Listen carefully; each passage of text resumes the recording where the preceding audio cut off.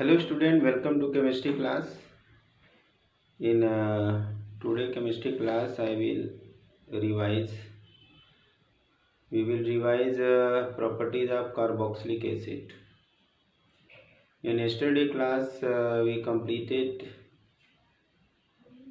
preparation of carboxylic acid, aromatic and aliphatic carboxylic acid. Okay, now today we will revise properties of the carboxylic acid. There are two properties. One is the physical property and another is the chemical property. First of all, we will see the physical property. Okay. First of all, we will see the physical state, physical property, physical properties.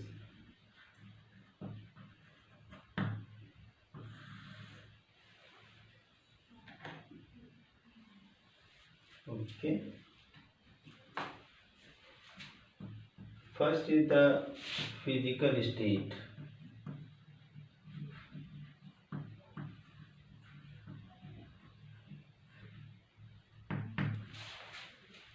Physical state. Okay.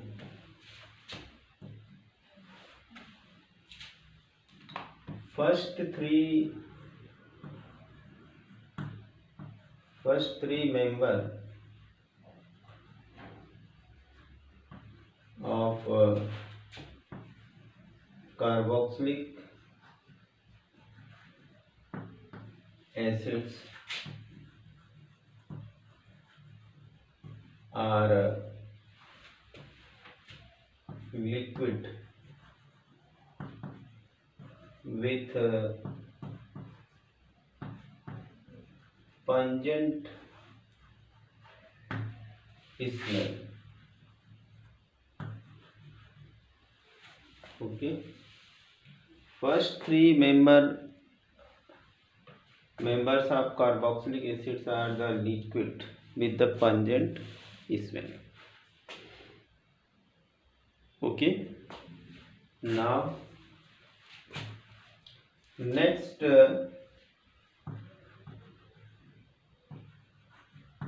six carbon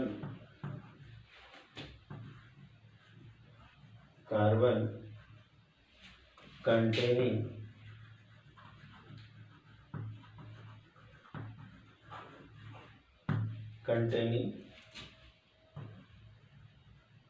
carboxylic acids are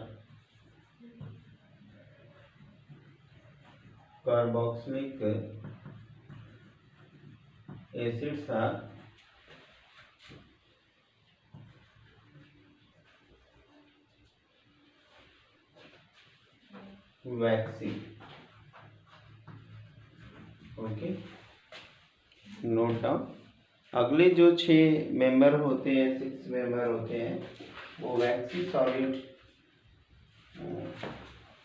sorry, these are oily liquid,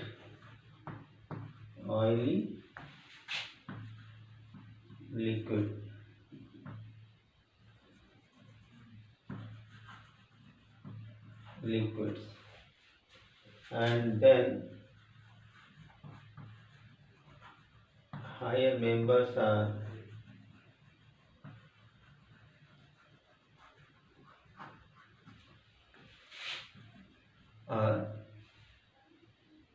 waxy solid.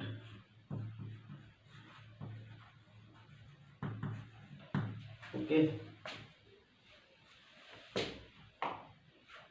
First three members are liquid with pungent smell. पहले जो 3 member होते हैं वो pungent smell वाले liquid होते हैं। ठीक है। उसके बाद नेक्स्ट 6 कार्बन के जो मेंबर होते हैं कंटेनिंग कार्बोक्सिलिक एसिड्स होते हैं, वो ऑयली लिक्विड होते हैं, और जो हायर मेंबर होते हैं उसके बाद वो वैक्सी सॉलिड होते हैं। ओके। अब नेक्स्ट हमारा इसके बाद है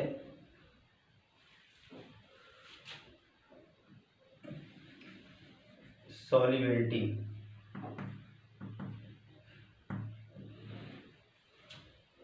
सॉल्युबिलिटी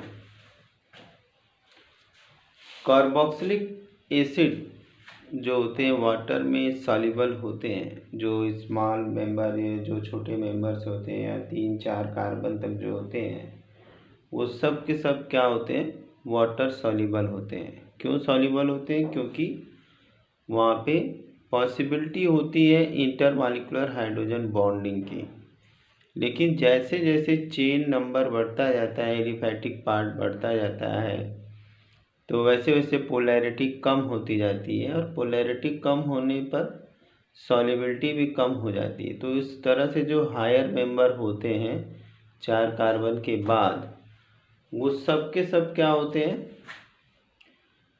वो सब के सब जो होते हैं वाटर में सॉल्युबल नहीं होते हैं। वे नॉन पोलर सॉल्वेंट में लाइक ईथर, अल्कोहल, बेंजीन, इन सारी चीज़ों में सॉल्युबल होते हैं।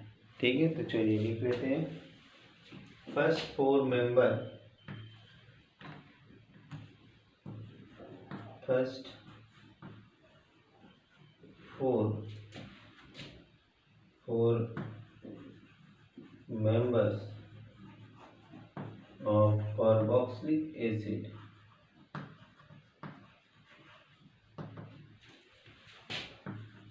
acids are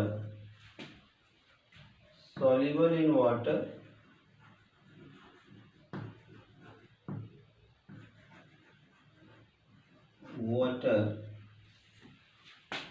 due to formation of due to polarity of carboxylic acid, carboxylic group, polarity of carboxylic group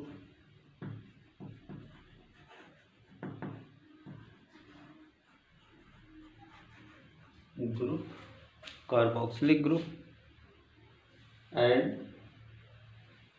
tendency of forming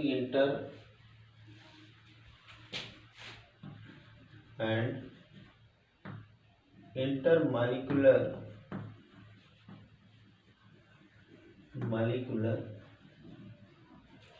hydrogen bonding,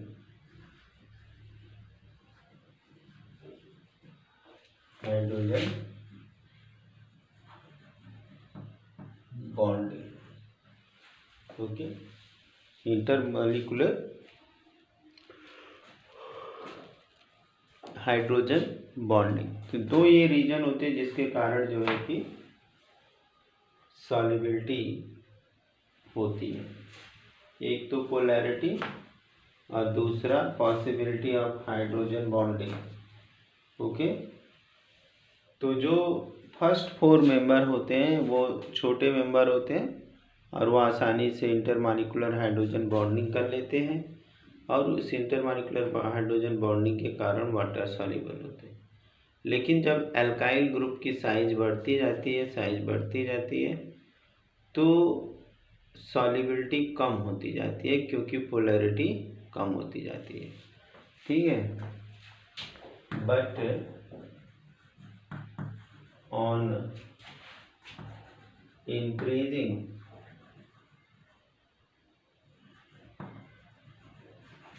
size of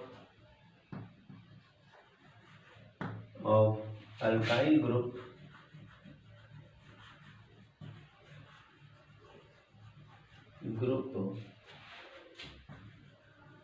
solubility decreases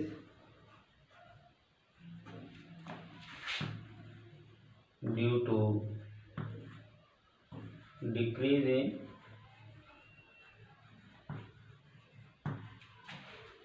polarity. So these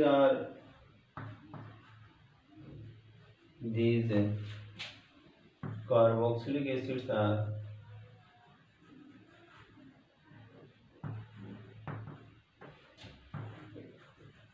acids are soluble in non-polar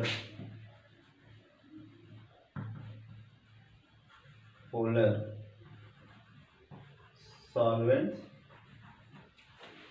like alcohol, ether, benzene, etc. Okay, clear.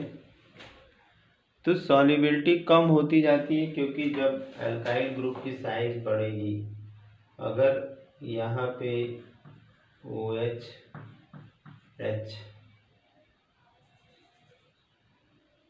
Double bond हो, यहाँ पे alkyl group है। अब ये smaller होगा तो solubility बढ़ेगी, और अगर अल्काइल ग्रुप बड़ा होगा तो सॉल्युबिलिटी कम होती जाएगी। ठीक है। अगर जैसे कि हम देखते हैं एसिटिक एसिड, अब ये आपस में डाइमेराइज हो जाते हैं। ठीक है। एसिटिक एसिड कैसे वाटर सॉल्युबल है हम लोग देख लेते हैं। यहाँ पे ध्यान से देखिएगा कि ये एक एसिटिक एसिड है, C double bond O, here is OH, और एक ये दूसरा है CH3 OH। ओके। और तो यहाँ पे ये डबल इंटरमॉलिक्यूलर हाइड्रोजन बॉन्ड है, इंटरमॉलिक्यूलर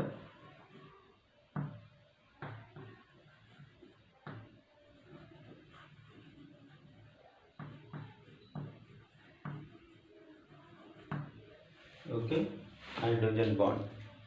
तो जो छोटे मेंबर होते हैं पोलैरिटी के कारण वो इंटरमॉलिक्यूलर हाइड्रोजन बॉन्ड बना लेते हैं, लेकिन जो बड़े मेंबर होते हैं जब ये बढ़ता जाएगा तो पोलैरिटी कम होती जाएगी, और जब पोलैरिटी कम होगी तो क्या होगा, जब पोलैरिटी कम होगी तो हाइड्रोजन बॉन्डिंग की पॉसिबिलिटी भी कम हो जाएगी और सॉल्युबिलिटी भी कम हो जाएगी। तो आई होप समझ में आ गया होगा कि अगर एल्काइल ग्रुप की साइज बढ़ेगी तो हम यहाँ पे कह सकते हैं कि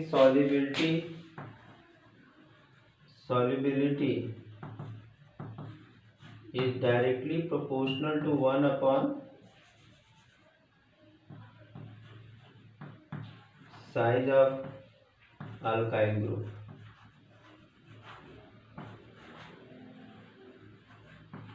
ओके,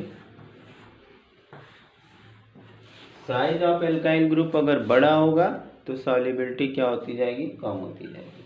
ठीक है, नोट कर लीजिए।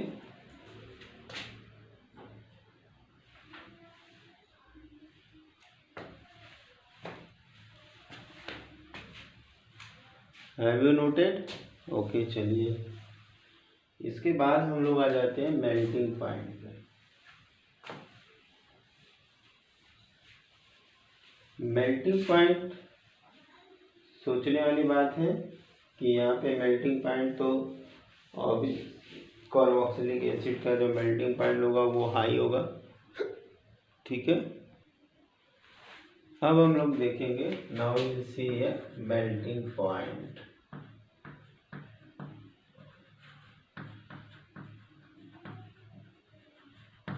Okay, melting point carboxylic acid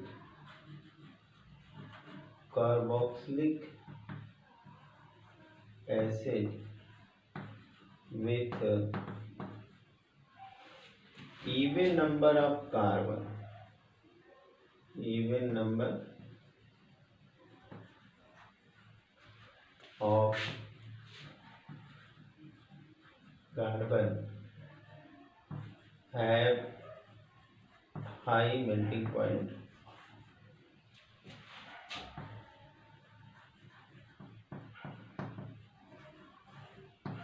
point,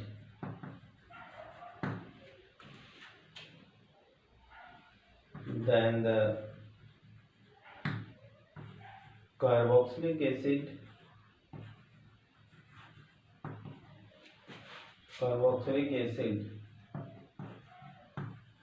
with odd number of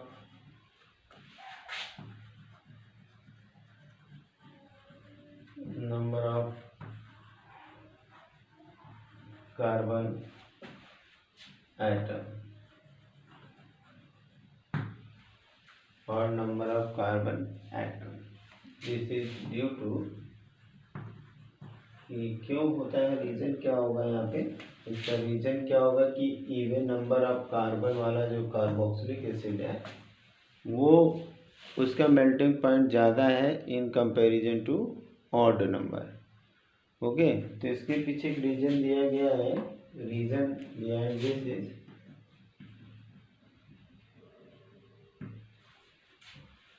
alternation effect और oscillation effect. This is due to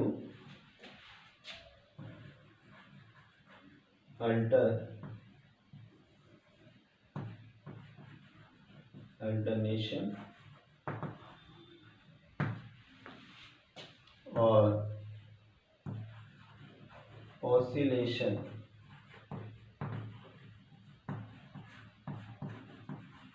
effect.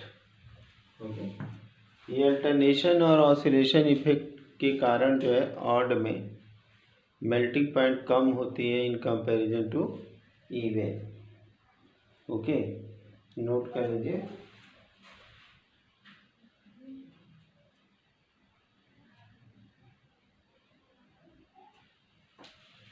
Okay, क्योंकि जो ऑड नंबर होता है उसमें जो है कि जिगजैग पॉइंट हमें बहुत ज़्यादा मिलते हैं। जिगजैग पॉइंट क्या होते हैं, ज़्यादा मिलते हैं in comparison to even number. जैसे कि अगर हम एक एग्जांपल लेते हैं CH3 CH2 CH2 COOH और दूसरा हमारा है CH3 CH2 CH2 CH2 and COOH। ठीक है, तो अब यहाँ पे ऑड के केस में ऑसिलेशन ज़्यादा है और यहाँ पे ऑसिलेशन कम है। ठीक है, नोट कर लीजिए फटाफट।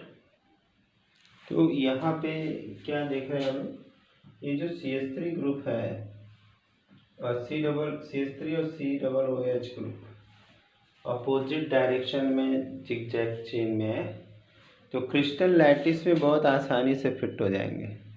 ठीक है, हम लोग यहाँ ये जानने की कोशिश कर रहे हैं कि ये अल्टरनेशन या ऑसिलेशन इफेक्ट से क्या ऐसा हो जाता है कि बॉइलिंग पॉइंट ज़्यादा हो जाती है। तो यहाँ पे कारण एक ये है कि in case of even number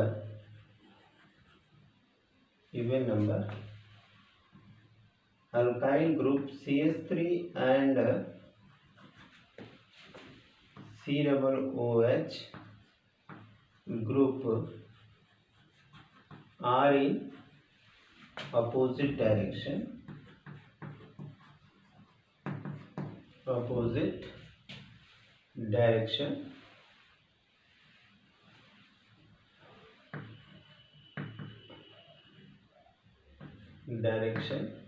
in zigzag chain,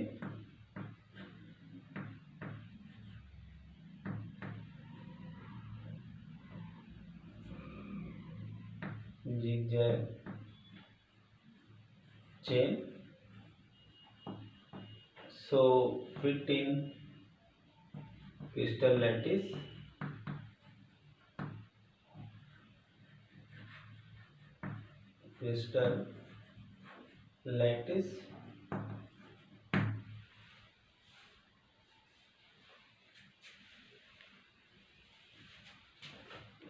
and melting point become high.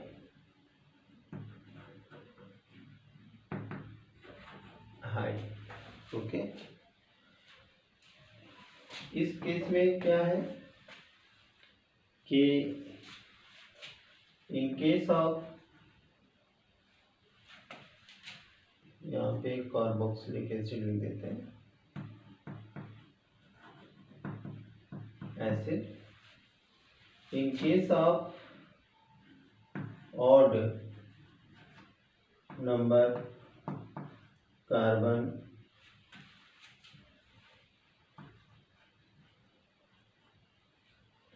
या in odd carboxylic acid, you can write here odd carboxylic acid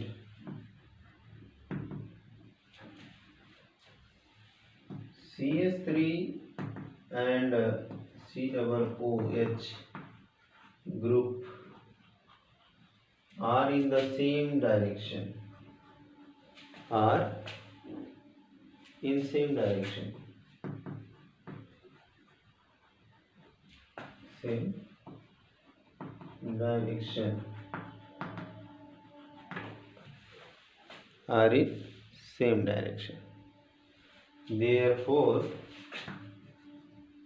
same direction in zigzag chain. So poorly fit in the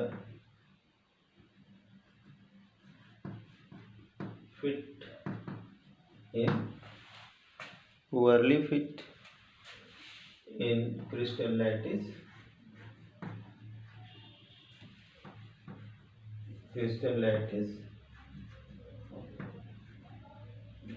therefore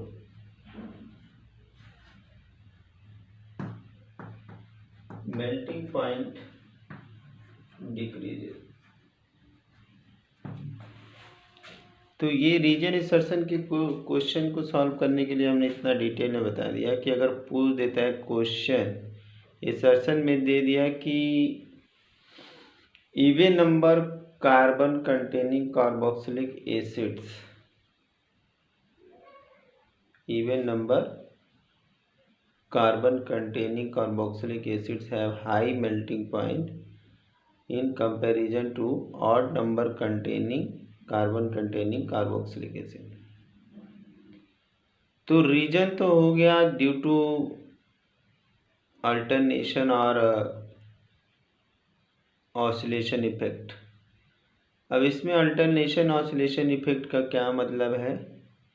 मतलब ये है कि अगर even number of carbon की हम carboxylic acid देखें, जैसे हमने यहाँ पे 1 2 3, ठीक है, हमने 1 2 3 4 नंबर का ले लिया, 4 कार्बन है। अब इसमें जो CH3 ग्रुप है, जो COOH ग्रुप है, दोनों एक दूसरे के अपोजिट हैं, दोनों एक दूसरे के अपोजिट हैं, तो ये क्रिस्टल लैटिस में आसानी से फिट हो जाएंगे।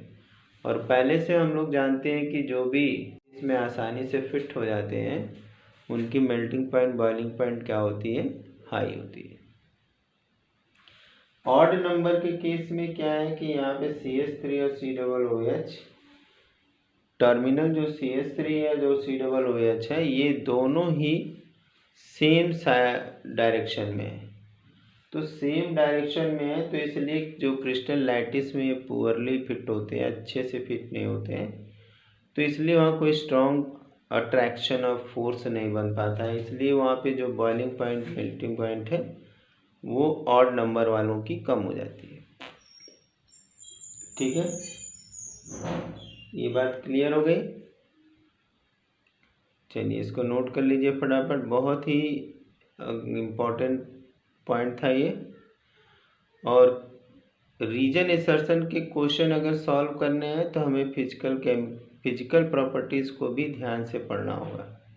ठीक है, कल की क्लास में इसके आगे हम मिलेंगे, इसके आगे का टॉपिक केमिकल प्रॉपर्टी डिस्कस करेंगे। Thank you, have a nice day.